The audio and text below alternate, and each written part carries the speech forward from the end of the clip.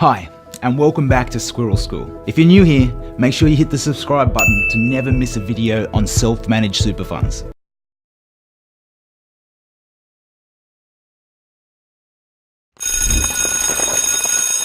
Today, we're looking at investing in collectibles.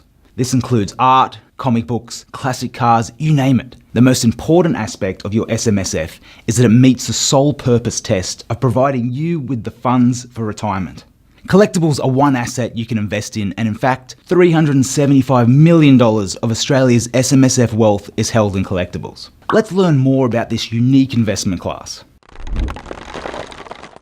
Some general examples of what is classed as collectibles investing are boats, cars, wine, art, paintings, jewellery, coins, stamps, antiques. What you can't do is use those assets personally. Now, the term use can be a bit of a blurry definition when it comes to collectibles.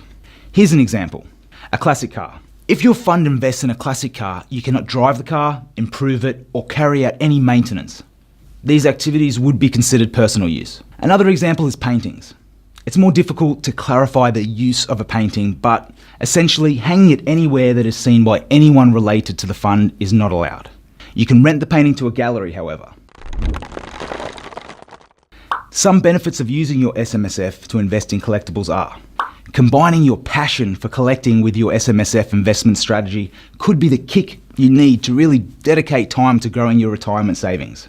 Some collectibles can be acquired for a relatively low cost and eventually be worth much more. Collectibles can provide the diversity many funds need to thrive. Nutty knowledge. The amazing Spider-Man comic retailed for 12 cents on the day that it was released. It is now said to be worth over $40,000 US. There are also disadvantages of using your SMSF to invest in collectibles. Experts advise that investors looking to make a profit from collectibles should expect to wait a minimum of 5 to 10 years. You can't associate with your collection in any way. There are a number of specific regulations that relate only to SMSF collectibles investors. These concern the way you store, insure, and sell on your assets. There is no real way of being sure that a collectible will grow in value. Collectible fail. TY Beanie Babies, which hit their peak in the late 1990s, now have little to no resale value in the collectible market.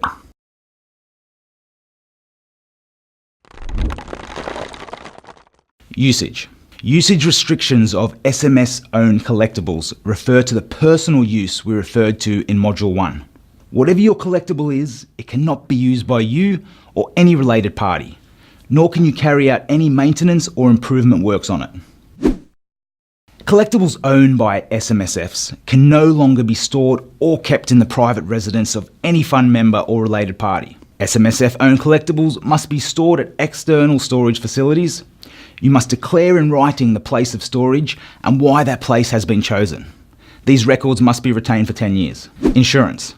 All collectibles must be insured in the name of the fund within 7 days of acquisition. Sourcing a provider able to offer the right type of cover will be the biggest challenge here. If you can't find suitable insurance, contact the ATO and your SMSF auditor for assistance. Collectibles can be insured under one collective policy or under individual policies, providing it is in the name of the fund.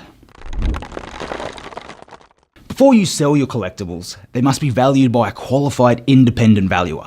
Let's examine what this means. Qualified means that the individual must hold officially recognised valuation qualifications or is deemed to have the appropriate level of knowledge required to determine the true value of your asset. Independent means that the valuer must have no affiliation with the fund or any of its members.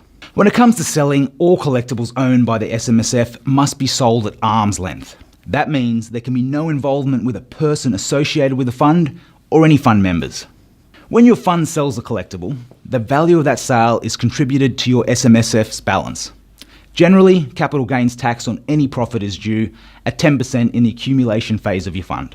Thanks for watching today's video on SMSFs and collectible investments. You can now begin exploring collectibles as an investment class for your self-managed super fund. Make sure you subscribe so you never miss a Squirrel School video.